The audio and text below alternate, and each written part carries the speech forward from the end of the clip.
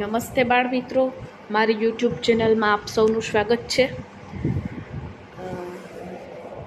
આપણે અભ્યાસ કરીશું આજે ધોરણ 3 ગણિત સ્વ અધ્યયન પોથી, એમાં પાઠ છે ચાલો યાદ કરીએ, જેના પાના નંબર 14 પાના નંબર 15થી 24 સુધીનો અભ્યાસ આપણે પ્રસ્તુત વિડીયોમાં કરીશું।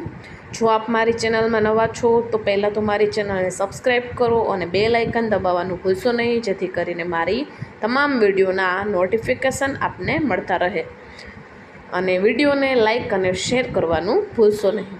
તો ચાલો આપણે શરૂઆત કરીએ પાના નંબર 15 ઉપરથી। તો પાના નંબર 15માં આપણે પહોંચેલા છીએ કઈ જગ્યાએ? આપણે બાદબાકીથી શરૂઆત કરવાની છે।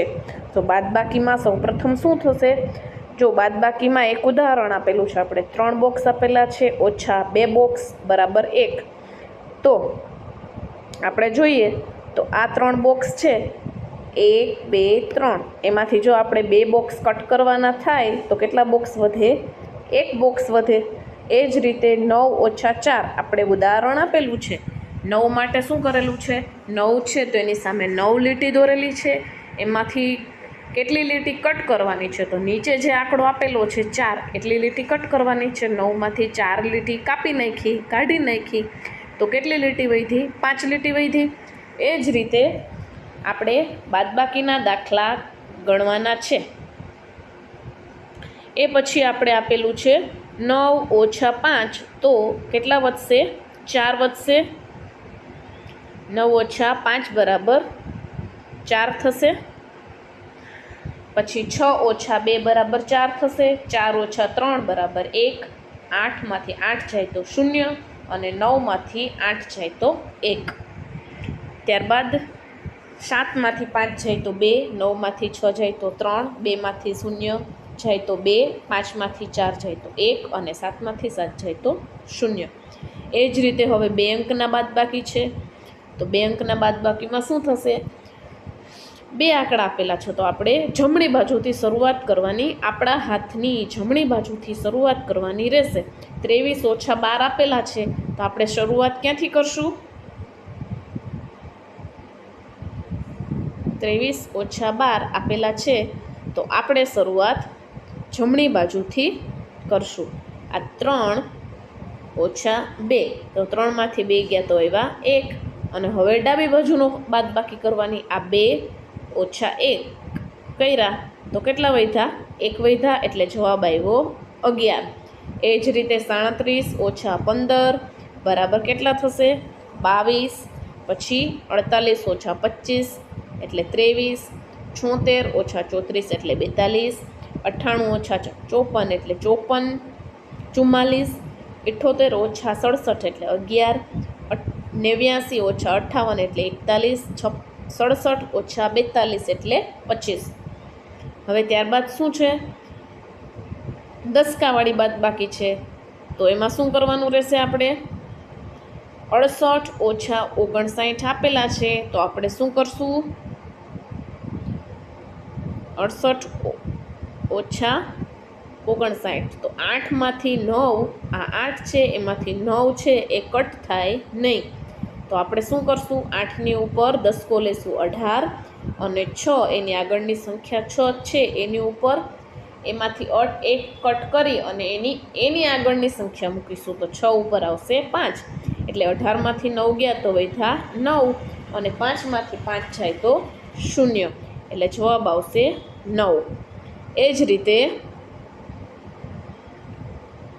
64 - 27, તો જવાબ આવશે 37। 91 - 28 તો આવશે 63। આપ તમામ દાખલાઓ મારા વિડીયોમાંથી જોઈ અને અભ્યાસ કરી શકો છો, પણ જ્યાં આપ અટકો ત્યાં જ તમારે આ વિડીયો જોવાનો છે। બાળમિત્રો, આમાંથી તમારે કોપી કરવાની નથી। ત્યારબાદ મૌખિક બાદબાકી કરો અને સાચા જવાબ પર વર્તુળ કરો। તો જો એક ઉદાહરણ આપેલું છે, 8 - 9 - 1 એટલે 8। આ 9 - 1 એટલે એનો જવાબ આવ્યો 8। આ 9 - 2 એટલે જવાબ આવ્યો 7। એ રીતે તમારે કરવાનું રહેશે। બાદબાકી કરો અને જોડો. બેટ આપેલો છે અને નીચે બોલ આપેલા છે, તો તમારે 99 ઓછા 34 કરવો તો જવાબ આવ્યો 65. તો 65 ક્યાં લખે છો? એની સાથે જોડેલા છે.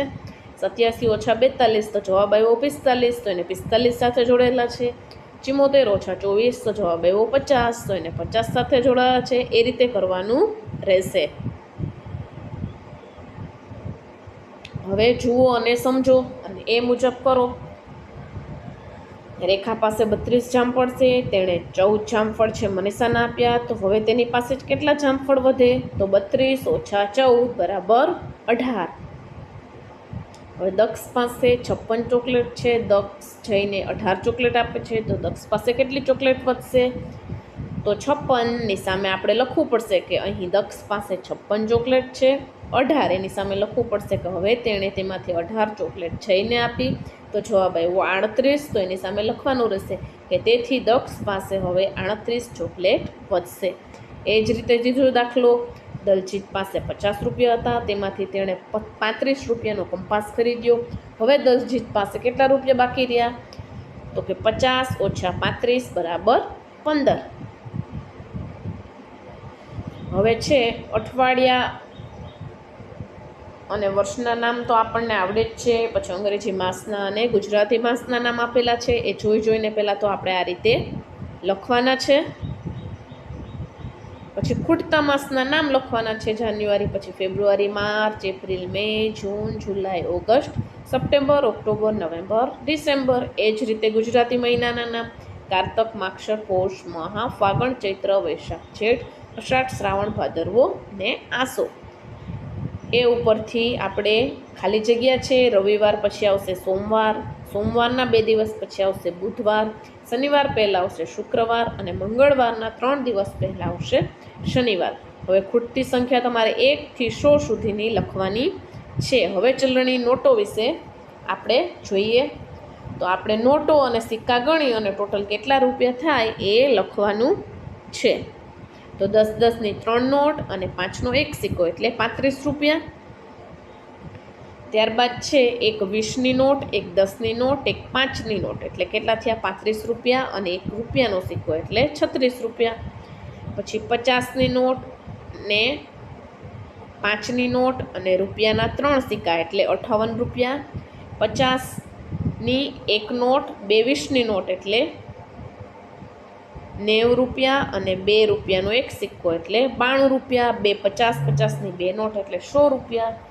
50ની નોટ, 20ની નોટ અને 10ની નોટ એટલે 50 વત્તા 20 70 વત્તા 10 80 અને 1 81. 5 5ના 2 સિક્કા એટલે 10 રૂપિયા. એક 20 રૂપિયાની નોટ, એક 10 રૂપિયાની નોટ અને 2 રૂપિયાનો સિક્કો એટલે 32 રૂપિયા થશે. પછી તમારે શું કરવાનું છે? 10-10 રૂપિયાની કેટલી નોટ અને 1 રૂપિયાના કેટલા સિક્કા જોઈશે. અહીંયા જે વસ્તુ દોરેલી છે એ વસ્તુ દોરેલી છે એની બાજુમાં એની કિંમત લખેલી છે. તો એના માટે 10-10ની નોટ કેટલી જોશે અને 1 રૂપિયાના કેટલા સિક્કા જોશે એ લખવાનું રહેશે. તો 20 રૂપિયાની વસ્તુ છે એ લેવા માટે 10-10ની 2 નોટ જોઈએ. પછી 32 રૂપિયાનું બેગ છે તો એ લેવા માટે 10-10ની 3 નોટ અને રૂપિયાના 2 સિક્કા જોશે. 55 રૂપિયાના કલર છે તો એ લેવા માટે 10-10ની 5 નોટ જોશે અને 1 રૂપિયાના 5 સિક્કા જોશે. હવે આપણે નોટ અને સિક્કા ગણી અને કેટલા રૂપિયા છે એ લખવાનું છે. તો ઉપર છે 23 રૂપિયા, ત્યારબાદ બાજુમાં છે 40 રૂપિયા, અહીં છે 27 રૂપિયા અને 45 રૂપિયા. ત્યારબાદ શું છે જોઈએ. ચિત્ર આપેલું છે. ઉપર આપેલ ચલણી નોટો અને ચલણી સિક્કાઓનો ઉપયોગ કરી નીચે આપેલી વસ્તુઓ ખરીદવા કઈ કઈ નોટ અને સિક્કાઓ આપવા પડશે એ આપણે લખવાનું છે.